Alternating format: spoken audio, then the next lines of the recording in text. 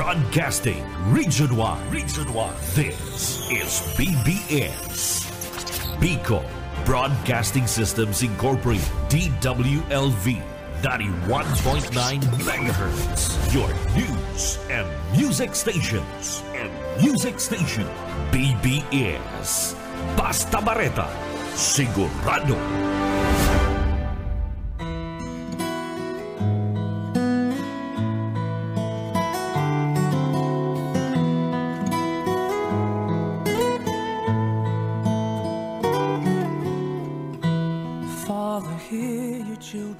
Magandang umaga po sa inyong lahat. Magandang umaga, Bicolandia. Magandang umaga dito sa probinsya ng Camarines Sur. At magandang umaga po dito sa lungsod ng Naga. At sa lahat po ng inaabot ng istasyong ito. Tayo po ay on air and online. So magandang umaga sa inyong lahat, lalo na po sa mga ngayon ay bukas na ang radyo at nanonood na sa Facebook. Magandang umaga sa inyong lahat. Ako po si Pastor Luis Bolaños at ito po ang biyaya sa pagkaaga na napapakinggan dito po sa DWLV 91.9 FM. At sa lahat pa po ng nakakarinig nito, inaabot ng stasyong ito, hindi lamang dito sa Pilipinas, sa buong mundo sapagkat tayo ay live, Facebook, at sa lahat po ng nagre-replay. At marami pong salamat po sa mga masugid na sumusuporta, nanonood lagi at nakikinig lagi dito po sa programa ng Biyaya sa Pagkaaga. Muli po, sa ngalan ng Alliance of Ministries of Metro Naga Incorporated, ako po si Pastor Luis Bolaños from Jesus Christ to the World Mission. Sa loob po ng kalating oras, tayo po ay mag-aaral, magbabasa, makikinig ng mga aral ng Diyos upang maging gabay ng ating pamumuhay sa buong maghapon. At atin din po makakasama sa technical side si Sir Stephen Pavis. Kaya po, tuloy-tuloy na ho tayo habang kayo ay nagkakape, habang kayo ay nakaupo at ang iba ay abala na sa paghahanda dahil marahil ay lalabas na din. Siguro ay mamamalingki ng maaga o ang iba ay may maagang biyahe. So ano man ang inyong ginagawa ay maaari po ninyo itong mapakinggan. Ano po? Sapagkat on-air po tayo at online. So, tuloy na ho tayo. Muli po, bago ko makalimutan, bukas po, Huwebes, Biyernes, Sabado, wala po muna tayong biyaya sa pagkaaga. Araw po ng Biyernes, kung luluobin po ng Panginoon, ay meron ho tayong 7 last word on air, ano po, at online dito po sa DWLV 91.9. So, antabayanan po ninyo. So, magre-resume po tayo Sunday morning. Ano po, muling magsasahimpapawid ang biyaya sa pagkaaga sa araw ng linggo. So, yan po ang ating announcement. Baka po kasi yung iba ay hindi alam at hanap ng hanap sa radyo. Ano po. Tuloy na po tayo at bago po tayo magpatuloy ng pag-aaral, manalangin po muna tayo. Muli po kaming nagpapasalamat sa iyo, Ama, sa buhay na ito. Marami pong salamat sa pag-iingat po ninyo sa buong magdamag sa aming pagtulog. Maraming salamat din sa lakas, kapayapaan. Marami pong salamat sa buong maghapon sa iyong mga dakilang gagawin sa buhay ng mga nagtitiwala sa iyo. Sinasamba ka namin sa pangalan Ama ng aming Panginoong Jesucristo. Amen. Okay, tuloy na ho tayo mga mahal kong mga tagapakinig. At ang ating pag-aaralan ngayong umaga, ang aking ibabahagi po sa inyo ay may relasyon, may kaugnayan sa bakit po ang Panginoong Jesucristo ay nagkatawang tao. No, bakit kailangan niyang lisanin ang kalangitan?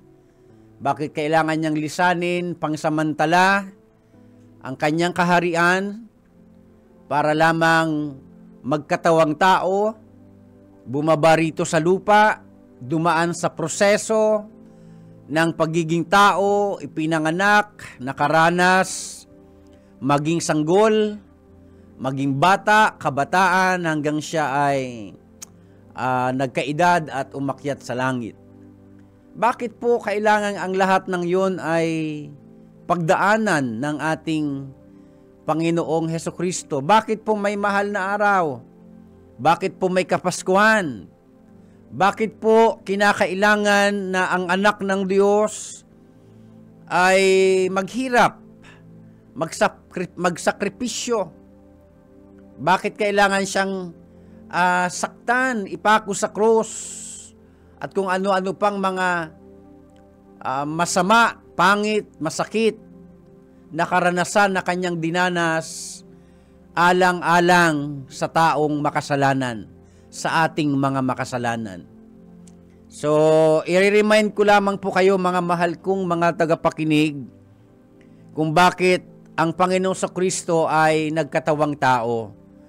Dahil ngayon po, magsisimula na nga po ngayon, bukas, Huwebes Santo na, ayon po sa ating kinaugalian, ating inaalala ang mahal na araw, ang Semana Santa. Pero sana po'y muling maipaalala sa atin ang pinakapuso at ang pinakamisyon ng Diyos Ama kung bakit kailangan niyang suguin dito sa lupa ang kanyang bugtong na anak, ang ating Panginoong Hesukristo. May pinakamalalim po siyang dahilan. At babasahin ko po sa Ebanghelyo ni Lucas, Kabanatang 4, talatang 18. Luke chapter 4, verse 18. Ang sabi po rito sa King James Version, "The Spirit of the Lord is upon me, because He hath anointed me to preach the gospel to the poor. He hath sent me to heal the brokenhearted, to preach deliverance to the captives, and recovering of sight to the blind, to set at liberty them that are bruised." So, pagpalain po ng Panginoong Diyos ang ating puso na pagtatamnan muli ng kanyang banal na salita ngayon pong umaga. So, dito po sa kababasa ko lang ay ipapaalala ko po sa ating lahat kung bakit ang Panginoong Kristo ay kailangang maging tao, maging pangsamantalang maging tao. Nililinaw ko po ito para gusto ko lamang itama doon sa mga nagtuturo na ang Panginoong Kristo daw po ay tao lang. Hindi po siya tao lang. Okay po? Siya ay nagkatawang tao. Hindi siya tao, kundi nagkatawang tao. Siya ay anak ng Diyos. Ano po? Na nagkatawang tao upang ang mga makasalanang katulad natin ay kanyang tubusin sa ating mga pagkakasala. That's why mayroon tayong tinatawag na Holy Week.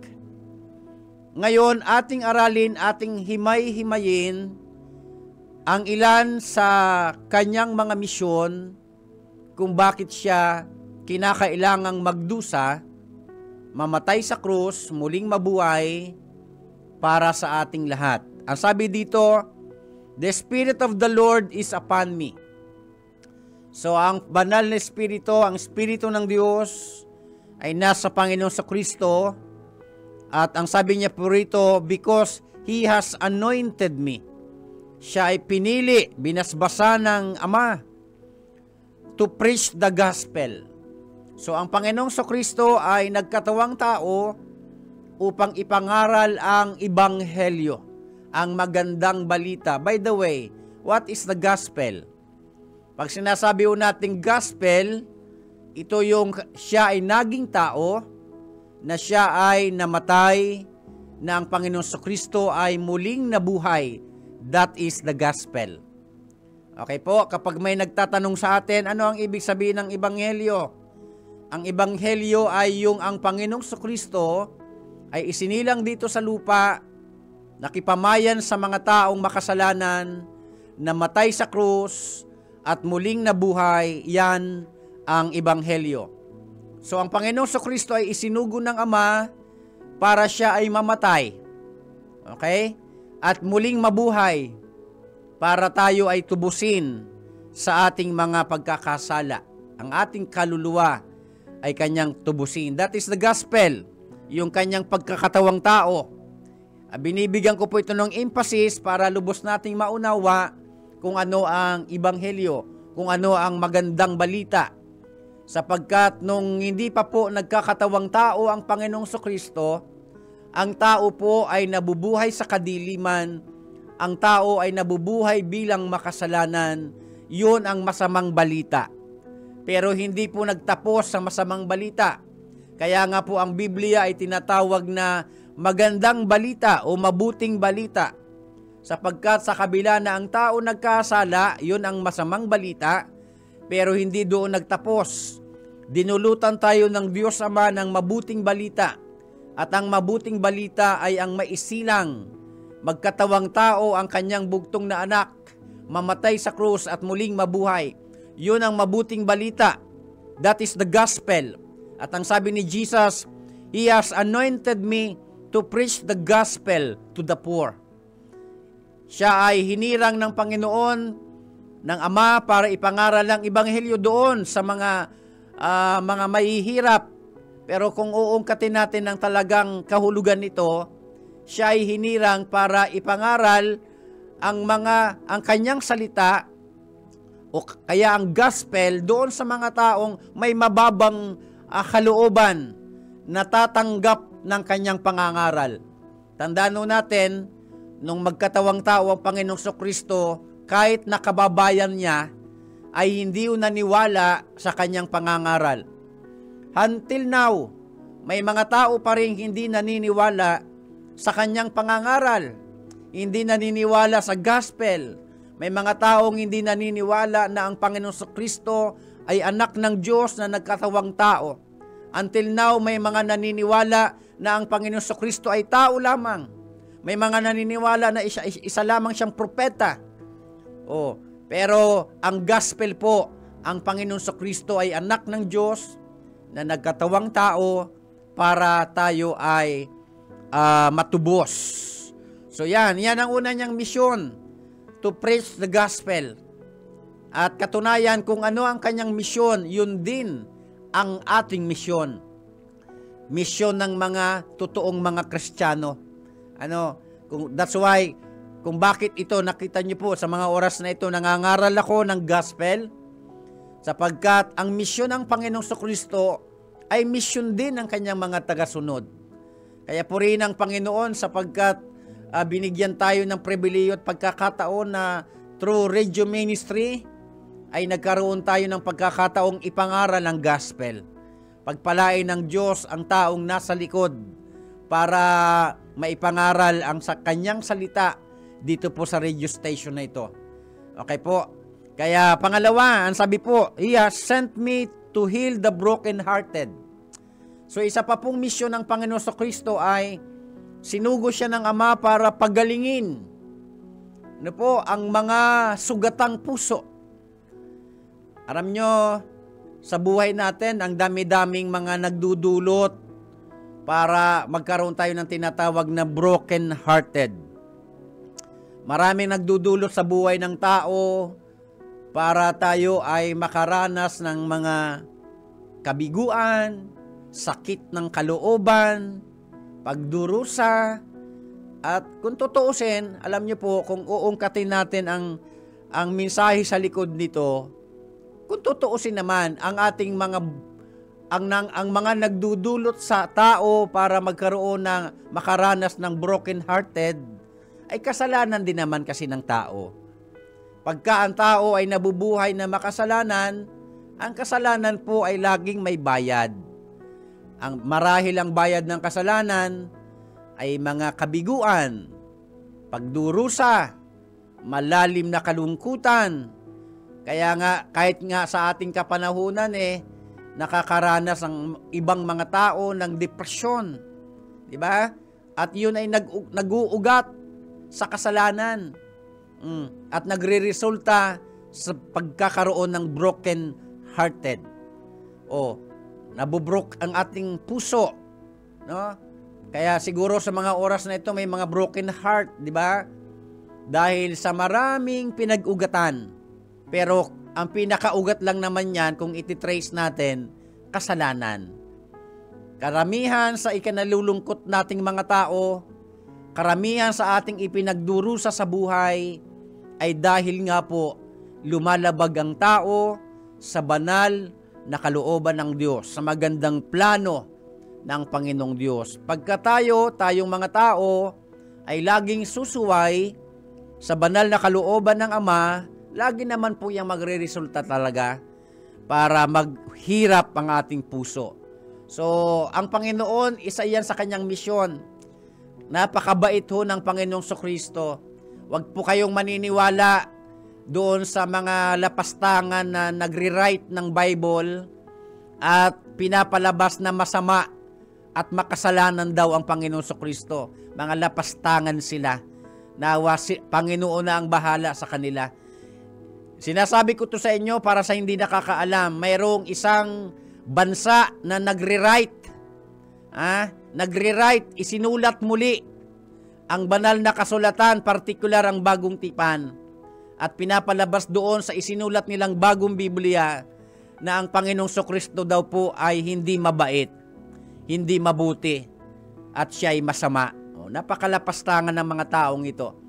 Kaya bahala na sa kanila ang Panginoon. Pero tandaan natin, ang Panginoong Kristo ay napakabait. Siya ay mahabaging Diyos. Na kaya nga isa sa kanyang misyon ay pagalingin ang mga broken-hearted. Kaya kung nahihirapan ka ngayon, lumapit ka lang sa Panginoon sapagkat siya ay mabait na Diyos. At pagagalingin niya ang mga sugatang puso. Ano pa? To preach deliverance to the captives. So isa pa pong misyon ng Panginoon Kristo, magbigay ng kalayaan, ng paglaya doon sa mga bihag, doon sa mga nabibilanggo, hindi man ng literal na riyas na bakal. Tayo kasi mga tao, kapag ang tao nabubuhay sa pagiging makasalanan, tayo ay bilanggo ng kasalanan. Tayo ay bihag ng mga gawaing makasalanan. That's why, yan ang isa sa misyon ng Panginoon Kristo. Para tayo, ang tao na nasa kadiliman, ay kanyang dulutan ng paglaya. Kaya baga sabi ng Ebanghelyo ni Juan, Kabanatang 8, talatang 32, sinumang makaalam ng katotohanan, siya ay lalaya. Sabi po sa English translation, if you know the truth will set you free. Kaya ano yung katotohanan yon? Ang Panginoon Kristo, ang kanyang mga aral. Kapag ang tao naniwala sa mga aral ng Panginoon Kristo na nasusulat dito sa gospel, siya ay makararanas ng paglaya. Ang tao kasi bihag ng mga maling paniniwala, mga maling minsan mga maling kinamulatan, bihag ng kasalanan, bihag ng bisyo, bihag ng kasamaan. Ngayon, pagka ang taong makasalanan ay natutong magpakumbaba, magsisi ng kanyang kasalanan at paniwalaan ang mga aral ng Panginoon Kristo at nalaman niya ang katotohanan sapagkat ng Panginoon Kristo ay katotohanan, siya ay katotohanan, ang taong dating bihag ng kasalanan ay nakalalaya. Ano pa? And recovering of sight to the blind.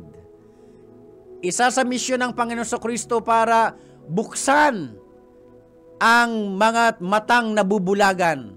Ano ang ibig sabihin nito? Kadalasan kaya ang tao nabubuhay sa kamalian, sa kasinungalingan at sa kasalanan sapagkat minsan sarado pa ang ang mata ng tao. Sarado ang mga mata ng tao sa espiritual na mga katotohanan. Kaya salamat sa Diyos sapagkat sa ating kapanahunan ngayon ay malaya nang naipangangaral ang mga aral ng Diyos, yung mga totoong aral, yung mga tamang aral, para ang taong nabubulagan ay maidilat ang kanyang mga espiritual na mga mata at siya ay makakakilala sa tama at tunay na kaparaanan sa Panginoong Diyos. Sabi ng Panginoong sa Kristo sa Ebanghelyo ni Juan, Kabanatang 8, talatang 12, ako ang ilaw ng sanlibutan. Ang sinumang sumusunod sa akin, hindi na kailanman lalakad sa kadiliman. O kaya kapag ang isang makasalanan, nagsuko ng kanyang buhay sa Panginoong Diyos, sa Panginoong sa Kristo, siya ay nabibigyan ng liwanag ang kanyang nadirimlan na mga mata.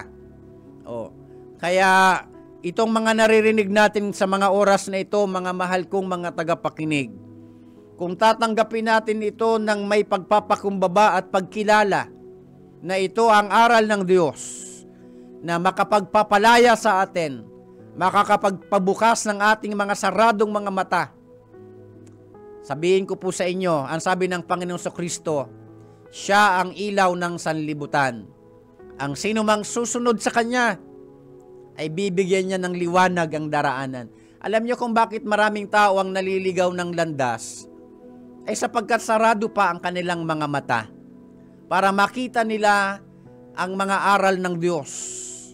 Makita nila na ang Panginoong Diyos ay nag-aalok ng libreng kaligtasan para kapag ito ay tinanggap ng tao, ang trabaho ng Panginoong Kristo, ang trabaho ng banal na Espiritu sa buhay ng tao, bubuksan niya ang saradong mga mata. Ano po? At maliliwanagan ng tao, at kapag nakita ng tao na siya ay nasa kadiliman pala dati, magsisimula na ang taong mabuhay ng tama, mabuhay na may banal na takot sa Diyos, mabuhay na may kabanalan, at mabubuhay ng matuwid dahil binigyan na ng Ama ng liwanag ang dating sarado ay saradong mga mata. Ano pa ang sabi ng Panginoon Kristo?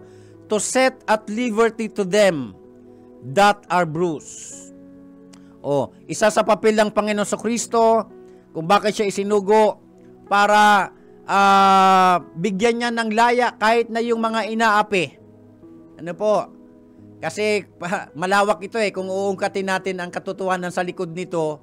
Kasi nung ang Panginoon Kristo ay nagkatawang tao, kasama ng kanyang mga kababayan, nung mga panahon na yon, ay bihag ng Roman Empire ang kanilang bayan, ang kanilang bansa, kung ano-ano ang mga ipinasusunod sa kanila na minsan nga ay labag na sa kalooban ng Panginoon. At ang iba sa kanila ay bihag o alipin ng mga batas. Kahit na nga mga religious matters noong panahon, maraming bago magkatawang tao ang Panginoon Kristo, dati nang may relihiyon. Nandun yung Judaism, may mga sekta, katulad ng mga Pariseo, Saduceo, mga Eskriba, yan ang dinatna ng Panginoon. Pero itong mga aral na ito, ang umaalipin at umaapi sa mga maliliit, sa mga mahihirap. Until now, sa ating modernong panahon, may mga taong naaapi dahil sa mga mapagmataas at mga taong makapangyarihan, sinasamantala nilang maliliit at inaapi-api ang nasa mababang kalagayan ng buhay. At ang isa sa misyon ng Panginoong Kristo, bigyan ng laya ang mga inaapi. Alam nyo mga mahal kong mga tagapakinig, dinirinig ng Diyos ang hinaing ng mga taong may takot sa Kanya at inaapi. Kaya wag ko kayo mag-alala na kung sakali man may mga taong talagang nakikita ng Diyos na naaapi, ang Diyos naman po'y makatarungan. Siya ang nagbibigay siyang nagtatanggol sa mga naaapi. Kung sakali man may mga taong naapi, sabihin na nating hindi nakatanggap ng tamang trato o pakikitungo sa mga taong may kapangyarihan, huwag kayong mag-alala, may Diyos po tayo. Okay? Yan, wag lang, kaya bagay tinuturo ng Panginoon Kristo sa kanyang aral na wag tayong gaganti.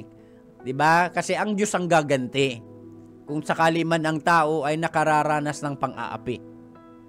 So mga mahal ko, mga tagapakinig, ngayong umaga, sana'y nabigyan tayo muli ng paalaala kung bakit ang Panginoong Kristo ay kinakailangang maging tao, magkatawang tao, mabuhay dito sa lupa, mamatay at muling mabuhay.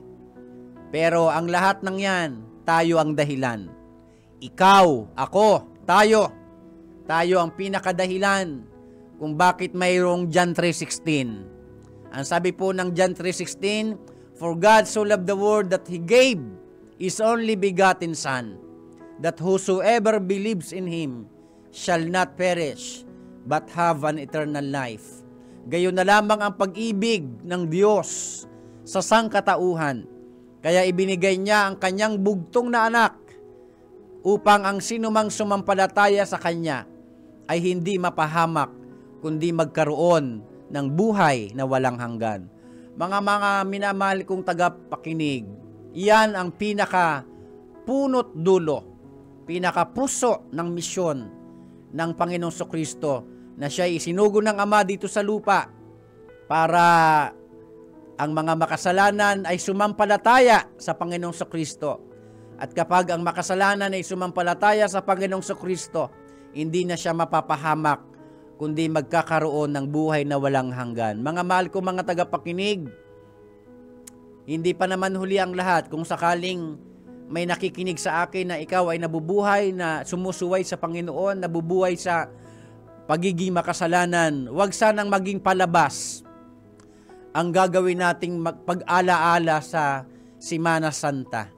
Kahit ka pa maglakad ng pagkalayo-layo at nakapaa ka, kahit ka pa magpasa ng pagkabigat na cross, kahit pa wasakin mo ang likod mo sa kakapinitensya, kahit paano ang gawin mong paraan, sarili mong paraan, para sabihin mong mabawasan ang kasalanan mo, mapatawad ka, magsakripisyo ka, walang kwenta ang lahat ng yan. Sapagkat tapos na, binayaran na ng Panginoong Kristo ang kasalanan ng sangkatauhan. Walang dapat ibang gagawin ng tao, paniwalaan ang kanyang natapos na ginawa, tanggapin ito, at ang tao ay makararanas ng siguradong kaligtasan. Kung until now, nagsisikap ka maligtas, kawawa ka naman. Ano po, yung mga pinagagawa nating mga palabas, pakitang tao, wala pong kwenta ang lahat ng yan. Ang kailangan lang natin ngayong Semana Santa, mga mahal ko, mga tagapakinig, ay magkaroon talaga ng banal na takot sa Diyos, mabuhay ng may kabanalan. Yan ang kailangan nating gawin. Hindi kung ano-ano ang ating mga pinagagawa. Hindi taon-taon na mamatay ang Panginoong Kristo. Hindi ibig sabihin na sa darating na Biyernes ay muli siyang mamamatay. Muli po siyang nabuhay. Walang Panginoong Kristong nanatili sa krus. Kaya nga dapat ang ating mga krus wala nang nakapako. Kaya mo bang tingnan na ang Panginoong Kristo lagi nakapako sa krus at ikaw ang dahilan? Kaya nililinaw ko ito sa inyo, mga mahal ko, mga tagapakinig, kasi hindi taon-taon namamatay ang Diyos. Minsan lang siyang namatay, muling nabuhay, para tayo ay tubusin sa ating mga kasalanan. Manalangin po tayo. Marami pong salamat, Ama, sa mga salita mong banal na nagpaalala sa amin kung bakit kakailangan mamatay para sa aming lahat. Pagpalaan niyo pong lahat ng nakinig at nanood. Salamat, Ama, sa iyo ang lahat ng papuri. Sa pangalan, Ama, ng aming Panginoong Kristo. Amen. Susunod na po ang Kakampi Network News. Ihatid ni Sir June Bernas. Ako po muli si Pastor Luis Bolaños. Magandang umaga sa inyong lahat.